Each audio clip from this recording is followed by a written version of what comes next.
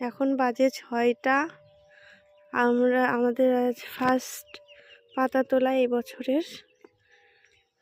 দেখো কত কুয়াশা, আর এত সকালে লেবাররা চলে আসছে পাতা তুলবে। আর আমার বাগানে এখানে পুজো দেওয়া হবে এখন, কারণ বছরের প্রথম দিন পাতা তুলতে গেলে আমরা বাগানে পুজো দিই, কারণ পুরো বছরটা এই পাতাই আমাদের জীবন চালাবে। তো তার তো পুজো দেওয়া উচিত। আর আমাদের যে বাগানের মাসি, আমি এখনই আসলাম, একটু দেরি হয়ে গেছে। উনি এখন আমি রেডি হতে গেছে। রেডি হতে বলতে নতুন শাড়ি পরে পুজোটা দিবে।